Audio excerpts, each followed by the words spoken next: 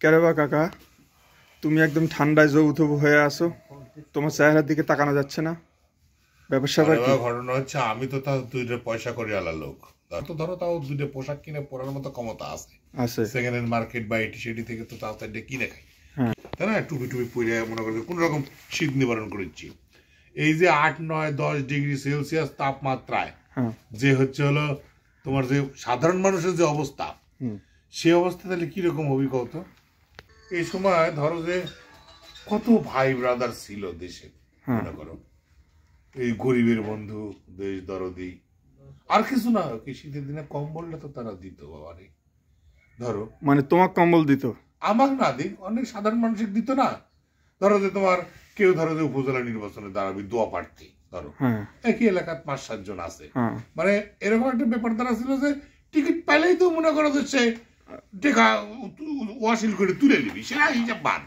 তারপরেও একটা কম্বল দিত, হ্যাঁ মনে করো একটা কম্বল দেওয়ার একটা প্রতিযোগিতা ছিল। কিন্তু হচ্ছে কিন্তু কম্বলের ভিতরে ফুটা ছিল যে আবার। আচ্ছা ফুটা থাকুক যাই থাকুক, বিল করার জন্য হইলেও কিছু কম্বল তো দিত রে বা গরিব মানুষে।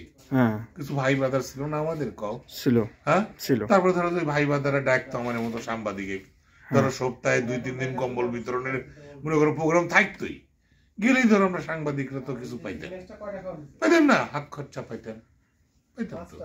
তাছাড়া কম্বল বিতরণ করে গরিব মানুষও পাইতো, লাইন ধরে ধরে কম্বল নিত, মনে করো কম্বল উৎপাদন হতো, কম্বল বিক্রি হতো, জনগণ কম্বল পায় খুব খুশি হতো। একজন 2-3টে করে নিত, বুঝতেছো? ঘুরে এসে 1 শার্ট পরে একটা কম্বল লিখছে, তারপর মনে করো যে চাদর পরে এসে একটা কম্বল লিখছে, মানে একই লোক বারবার ঘুরে ঘুরে এসে কম্বল লিখছে।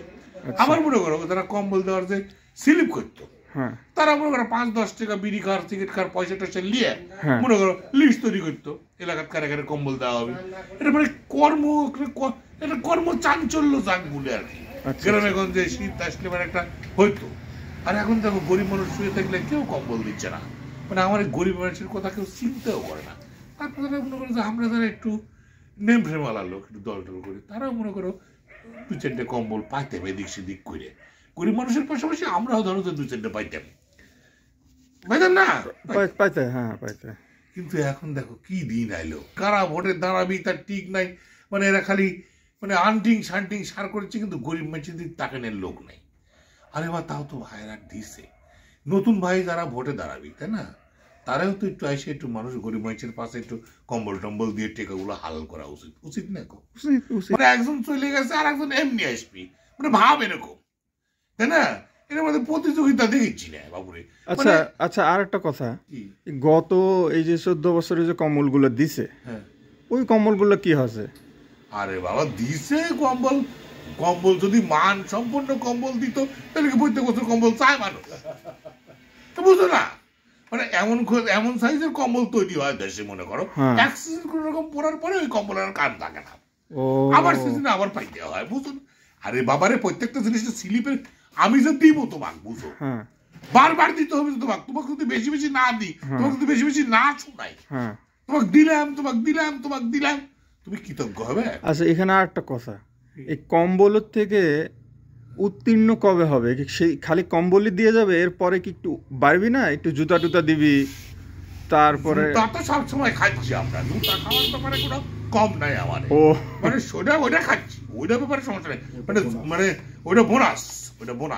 ভাই ব্রাদাররা যারা ভবিষ্যতে জনগণের ভোট নিবি, তারে তো অন্তপক্ষে জনগণের কিছু দেওয়া উচিত, শীতের সময় পাঁচটা এসে দাঁড়ানো তো উচিত নাকি?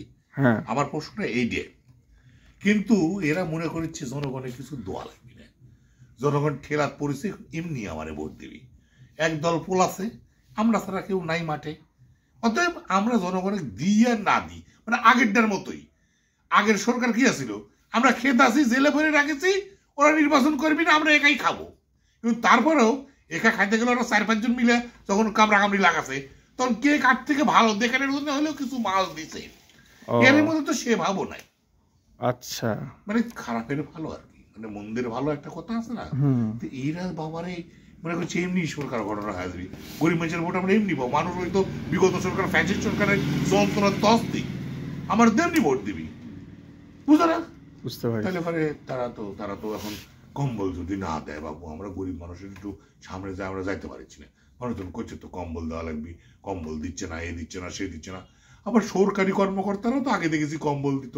এত শীত পড়েছে তারাও তো খুব একটা দিচ্ছে বলে চোখে পড়ছে না। ওরা কি জমি টমি বিক্রি করে দিত না? না, ওরা সরকারি কম্বল জনগণের ট্যাক্সের পয়সা কিনা হয়, আমার পয়সা দিয়ে তো কিনে। কারণ আমার পয়সা দিয়ে কিনে আমার যদি না দেয়, এখন কবে দিবি? শীতে কাতর হয় মানুষ, অর্ধেক সিদ্ধ হওয়ার পরে, মানে অর্ধেক কাইল হওয়ার পরে দিবি হয়তো। শোনো, তোমার তো অনেক কথা শুনলাম। তোমার এই সরকারি জিনিসপত্র এই মাংনা পায়, তোমার এইসব গরিব মানুষের স্বভাব নষ্ট হয়ে গেছে, বুঝতে পারলে? এই স্বভাব থেকে বাঁচানোর এই স্বভাব থেকে ঠিক ঠিক ঠিক। তার মানে 24-এর চেতনা হচ্ছে কোনো ফ্রি খাওয়ার, কোনো কিসের ফ্রি খাওয়া? কোনো ফ্রি খাওয়া না। বাস এর মধ্যের মতো কথা তুমি এই স্বাবলম্বী হওয়া লাগবে। ওইসব খাইতে খাইতে, ওইসব মাংনা খাইতে খাইতে তোমার অভ্যাস হয়ে গেছে খারাপ, বুঝতে পারলে? শরীর এমনি গরম ধরে গেছে তোমার, কোথা বুঝলে? আমরা কি করবো? আমরা তো শীতে মরে গেলাম বা। শীতে মরে গেলেন বা মানে ফ্রি খাইতে খাইতে সব ইয়া হয়ে গেছে। ওইসব ফ্রি খাওয়া বাদ দাও, ভুল হয়ে গেছে। ওইসব ফ্রি খাওয়া একদম বাদ দাও। একটা কথা কই, আসলে গরিব চাষা অভদ্র যারা, মানে চাষা পা ফাটা চাষা, এরা আসলে মানুষ কম্বল ব্যবহারের উপযোগী না, একেবারেই না, একেবারেই না। ঠিক আছে, শোনো, বাড়ির যাও, বাড়ির যা ঘুম পারো, খাওয়া মাফ করে দে বাবা।